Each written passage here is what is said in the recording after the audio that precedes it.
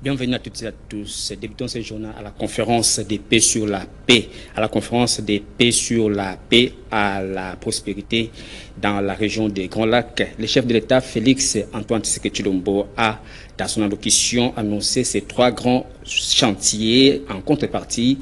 Une fois que l'armée rwandaise quitte le territoire congolais, il s'agit d'une aide de près de 5 milliards de dollars américains pour la reconstruction des provinces du Nord et Sud Kivu. Toute paix durable commence par la fin de l'occupation d'une partie du territoire congolais. Là-dessus, il ne peut y avoir ni double langage, ni compromis moral. En contrepartie, la République démocratique du Congo prend devant vous 3 engagements clairs. Premier engagement, reconstruire. Dès la fin des hostilités, nous lancerons un plan d'aide d'urgence pour la reconstruction du Nord Kivu et du Sud Kivu. Ce plan, que nous concevons comme un pacte national et international, intégrera dans une approche concertée, coordonnée et cohérente l'ensemble des programmes et projets destinés à la stabilisation, au relèvement et au développement durable des provinces affectées. Il visera à mobiliser environ 5 milliards de dollars à l'horizon 2026 pour la réouverture des écoles, la réhabilitation des centres de santé, la reconstruction des routes, le rétablissement des services sociaux essentiels et le retour digne des personnes déplacées. Il ciblera ainsi la sécurité alimentaire car nourrir une famille, c'est déjà commencer la paix. Ce plan sera coordonné, unifié et transparent. Aucun territoire ne sera abandonné, aucune communauté ne sera laissée en marge. Deuxième engagement, protéger les plus vulnérables et responsabiliser les auteurs. Nous allons renforcer notre cadre juridique relatif à la protection des déplacés et des victimes de catastrophes humanitaires, notamment par l'intégration en droit national de la Convention de Kampala de l'Union africaine et l'adoption d'un dispositif légal pérenne de financement de l'action humanitaire et de réduction des risques. Dans cette perspective, une loi sur le financement de l'action humanitaire et de la gestion des risques de catastrophe sera prochainement adoptée afin de doter le gouvernement de mécanismes pérennes de financement conformément au cadre de Sendai 2015-2030 pour la réduction des risques de catastrophe et aux engagements pris lors du sommet humanitaire mondial d'Istanbul en 2016. L'acteur politique Achille Kapanga appelle les autorités congolaises à la prudence face aux démarches entreprises par la communauté internationale, notamment la France, dans le cadre de la crise sécuritaire à l'est de la RDC. Ces propos ont été recueillis par notre correspondant Joël Kamabou. Nous pensons que quand on traite avec la communauté internationale, il faut être trop prudent, puisque souvent, ce sont des couteaux à double tranchant. Ils peuvent vous donner une chose avec la main gauche, alors que la main droite attend à récupérer autre chose. Même si on a toujours dit que ce sont les intérêts qui comptent, mais ici, nous devons vraiment être trop prudents. Pourquoi je dis ça? C'est parce que nous en avons encore des souvenirs. En 1994, c'est la même communauté internationale qui avait autorisé à ce que les militaires rwandais entrent avec les armes chez nous. Aujourd'hui, la question de l'air nous coûte énormément et ça nous colle. Partout là où nous allons, c'est comme si c'est nous qui avons de l'air chez nous. Ça devient déjà un prétexte pour les Rwandais et consorts. Loin de là, nous avons la MONUSCO qui a plus de 20 ans chez nous. Est-ce que ce que la France veut venir faire avec les autres États là, c'est mieux par rapport à ce que la MONUSCO fait avec tout ce qu'elle a comme dispositif? Voilà autant de questions qu'il faut se poser. Mais de toutes les façons, je pense que ce n'est pas mal que le chef de l'État aille rencontrer les autres et défendre la cause de notre pays. Elle ne se sentait pas avec des situations traumatisantes et inhumaines que le peuple traverse là-bas. Et si on parvient à y mettre fin, on va dire merci beaucoup. Voilà pourquoi je pense qu'il faut y aller avec 2 pédales. La pédale sécuritaire, là on doit imposer aux militaires rwandais de rentrer chez eux. Et maintenant suivra la pédale de développement humanitaire. Puisqu'on ne peut pas parler humanitaire, ça parler de la paix. Il faut que les 2 pédales soient touchées au même moment. En même temps, vous êtes en train de chasser les ennemis et la paix, et le développement est en train de s'installer. Là, ça peut aller mieux. Et par rapport à l'absence du Rwanda et les autres là, bon, je pense que Ça s'explique pourquoi, puisque on ne peut pas être présent quand on est en train de soigner la blessure que toi-même tu as causée. Tu as coupé quelqu'un avec la machette et à ta présence, on soigne cette blessure. Tu ne te sentiras pas à l'aise. Hein, parce que quand on devait montrer au Rwanda que voilà les conséquences de vos actes en RDC, de vos actes à l'Est, ça ne devait que les interpeller. Voilà pourquoi je pense qu'ils ont jugé mieux d'être absents.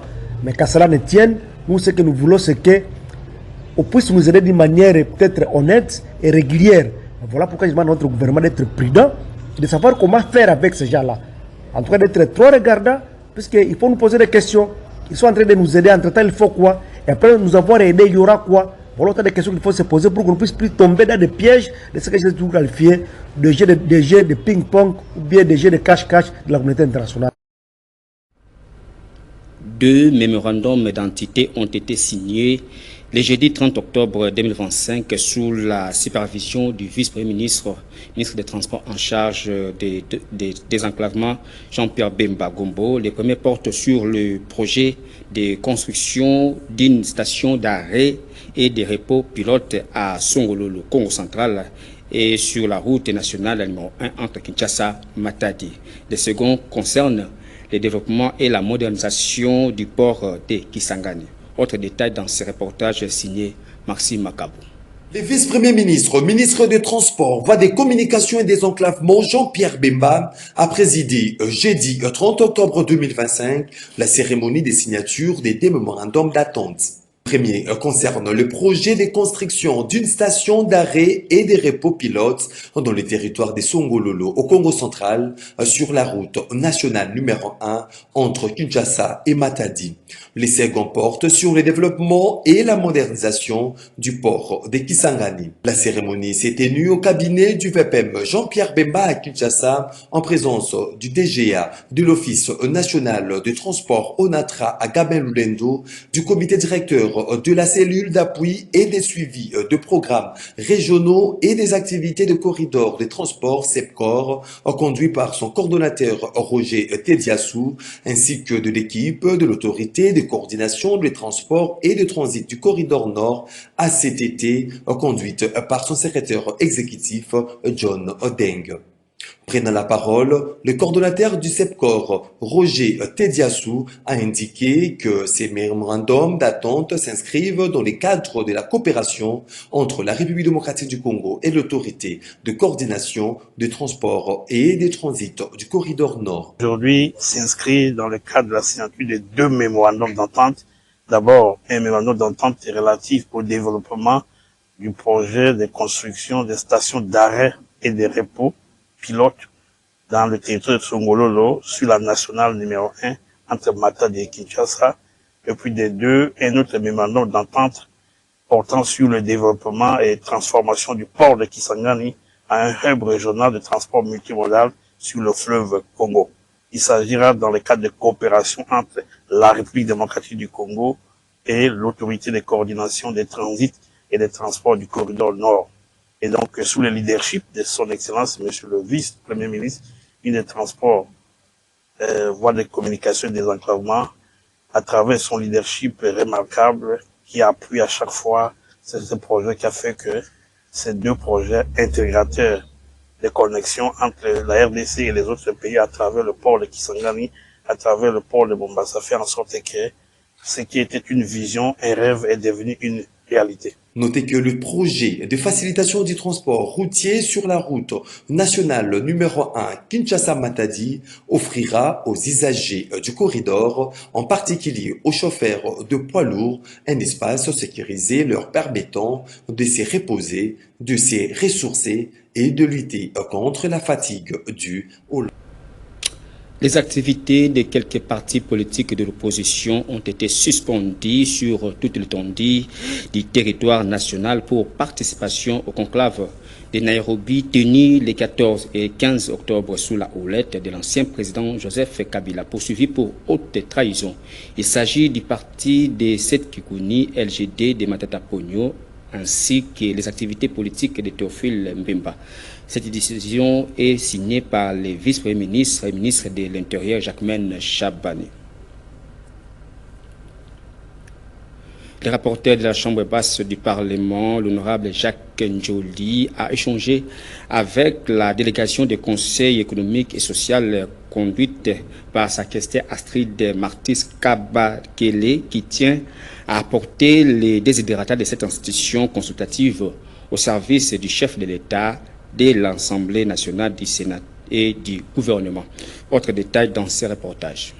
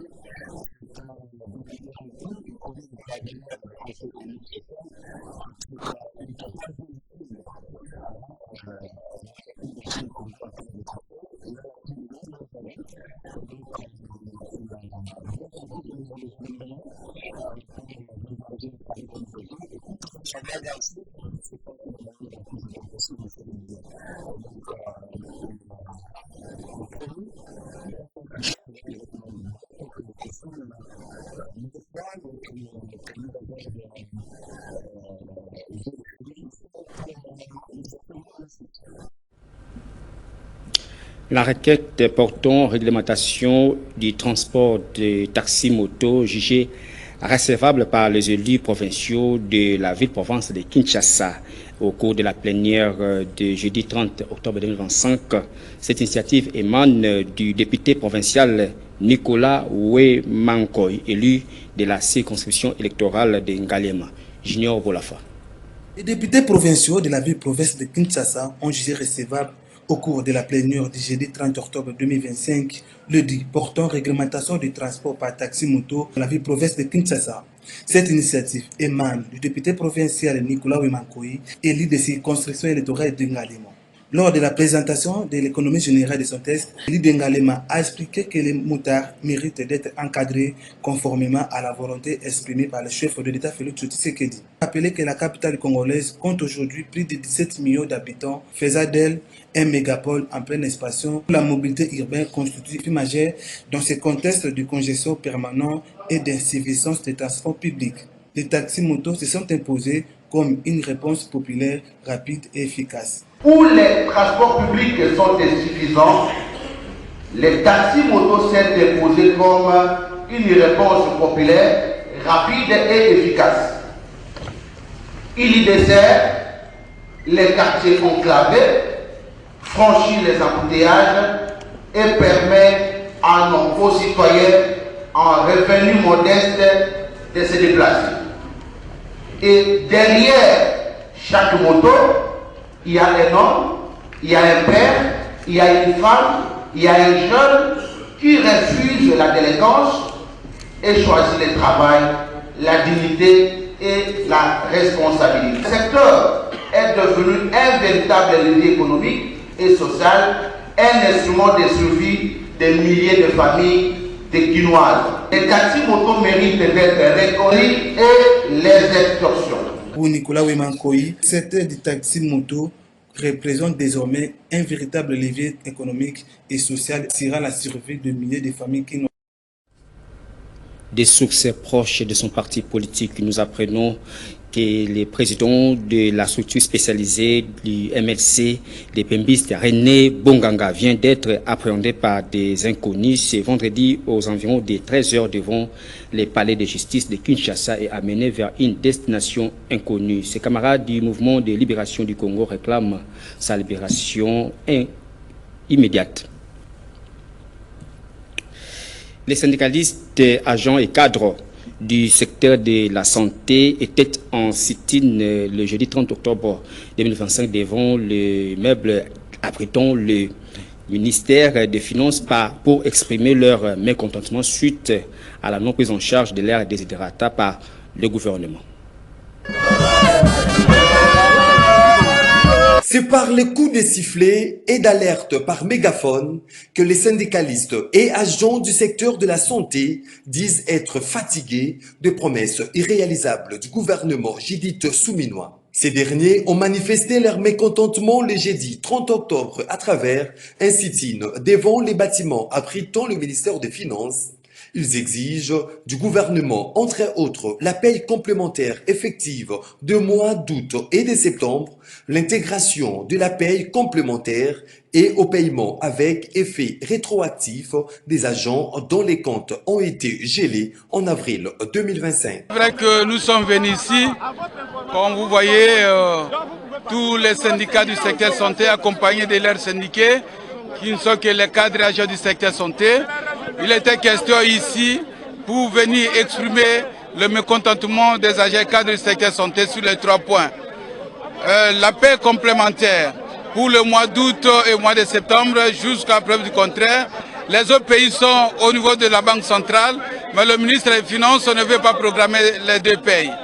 En dehors de ça, nous nous sommes rendus compte que l'intégration de la paie complémentaire, dont la paie ordinaire, comme prévu dans nos accords, dans les engagements du gouvernement, n'est pas aussi fait.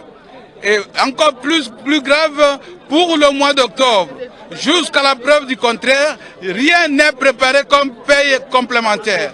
Nous avons compris les manœuvres dilatoires du gouvernement au travers le ministre des Finances qui est le responsable de son département. On veut à tout prix nous renvoyer avec les arriérés pour l'année prochaine. Nous disons non, raison pour laquelle, dès maintenant, nous annonçons aux agents cadres du secteur santé que ce lundi, nous allons revenir ici à partir de 8h30 pour travailler ici. À l'hôpital, personne ne sera à l'hôpital, personne ne sera au bureau. En d'autres termes, il n'y aura que le service minimum pour ceux qui sont hospitalisés. Les restes des cadres agents du secteur santé seront ici le lundi pour revendiquer leur paye complémentaire.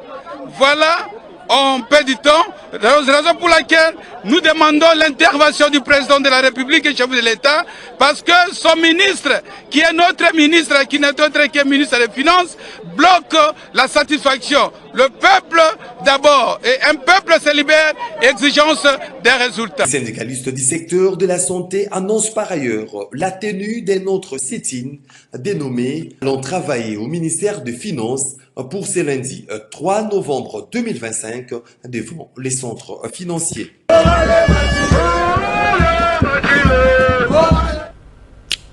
Dans la province de l'Ituri, les coordonnateurs de la société civile Force Vive de l'Ituri, Mungeni Yuma Umani, dénoncent la présence des rebelles ADF Nalou dans le village Sita, à environ 3 heures de marche du village Elaké, dans la chefferie de Bobila Bakwanza. Dans une déclaration faite ce vendredi 31 octobre 2025, cet acteur de la société civile affirme que ses ennemis de la paix menacent la sécurité de la population locale.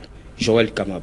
La société civile Force Vive du territoire de Mombasa continue à appuyer les communiqués lancés par la coalition FRDC-UPDF interdisant la population à fréquenter le milieu insécurisé par les ennemis de la paix qui sont les ADF NALU, et cela dans le but de les craquer. Nous alertons aussi la présence de l'ennemi de la paix qui sont les ADF au niveau du village Sitaroudi, et cela c'est à 3 heures de marche des villages Elaké, et aussi l'ennemi circule librement au niveau des villages Maliembu et Twiki en allant vers le village Pesita. C'est l'alerte récit au niveau local en date du 29 octobre 2025.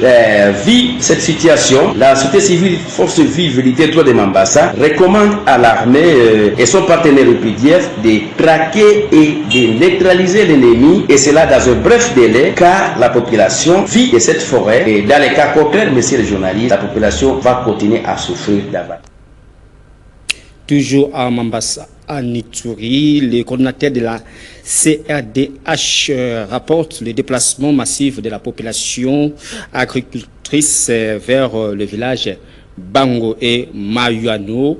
Ceci suite aux intenses combats opposant les Ouazalendo aux rebelles ADF. Suivez-les au micro de d'autres correspondants, Joël Kamabou.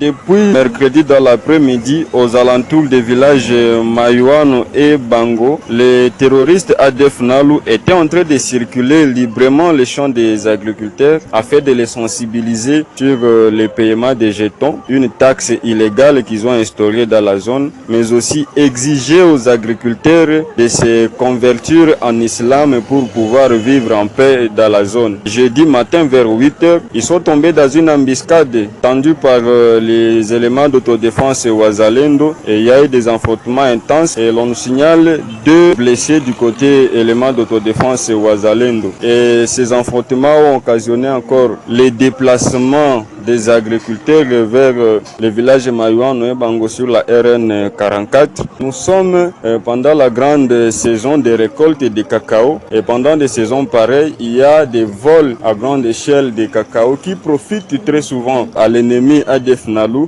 au détriment de la population agricultrice. Nous demandons à toute la population du groupement Bapouele, particulièrement des villages Bangoé, Mayuano, d'être très vigilants et de continuer à garder collaboration avec les membres du comité de sécurité.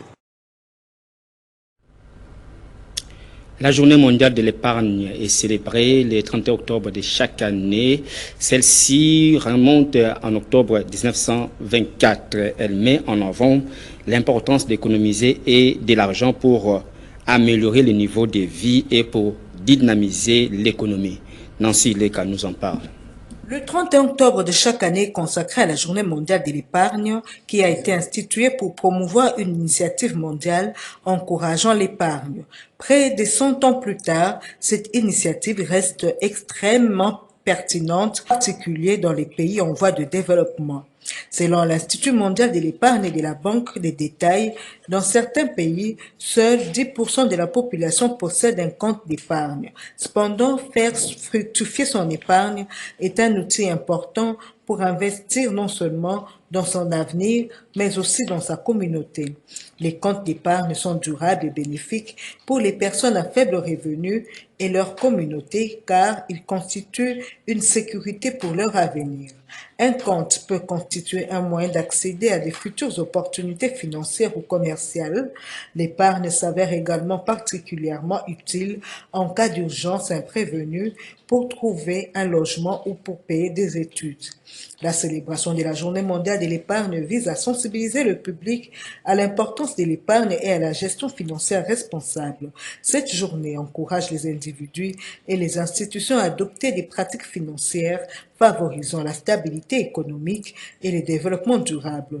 Elle est donc l'occasion de promouvoir l'éducation financière et de rappeler le rôle fondamental de l'épargne dans la sécurité économique des ménages et des entreprises. La dite journée poursuit plusieurs objectifs, entre autres, encourager à l'éducation financière, informer les citoyens sur les principes de base de l'épargne, de l'investissement et de la gestion budgétaire, promouvoir la stabilité économique, souligner le rôle de l'épargne dans la prévention des crises financières, personnelles et collectives, y compris sensibiliser aux enjeux de développement durable, c'est-à-dire mettre en avant l'importance d'une épargne responsable et éthique, notamment à travers des investissements durables. À l'occasion de cette journée, met en lumière les différentes manières dont les Français gèrent leur argent.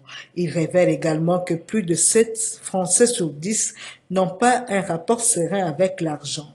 Lors du lancement de la Journée mondiale de l'épargne était considérée comme une vertu et une pratique fondamentale pour le progrès social de chaque individu, de chaque nation et de toute l'humanité.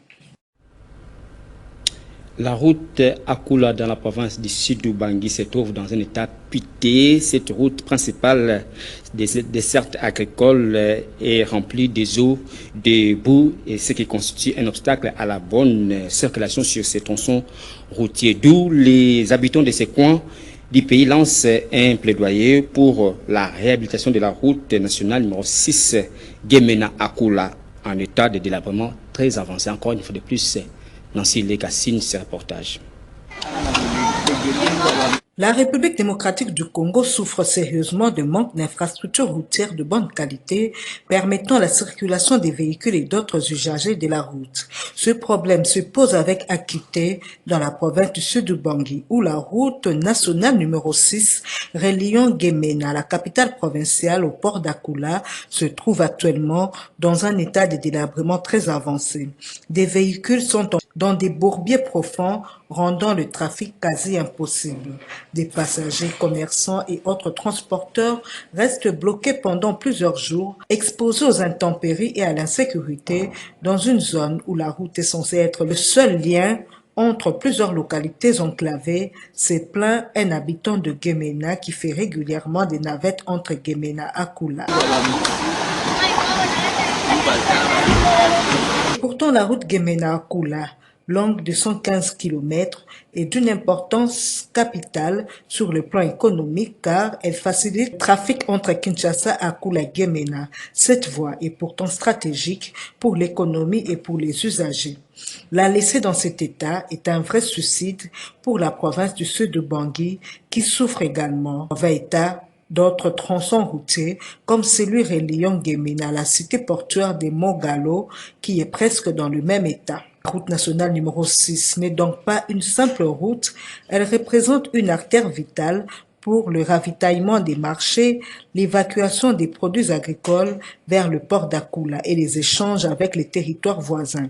Son état critique impacte directement le prix des denrées alimentaires à cause du coût élevé des transports. Face à cette situation alarmante qui ne cesse de s'aggraver, plusieurs voix s'élèvent.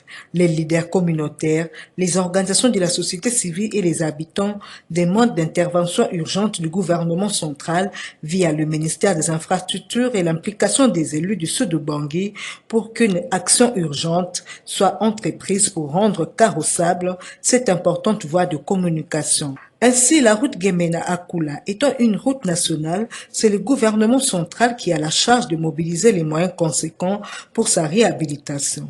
Et surtout que le gouvernement provincial du sud de Bangui n'a pas les moyens nécessaires pour s'engager dans une telle entreprise, le gouverneur de province, Michel Mobongo, s'est lui contenté de lancer un appel le week-end dernier à l'apaisement, à la population et aux usagers de cette importante et stratégique voie routière.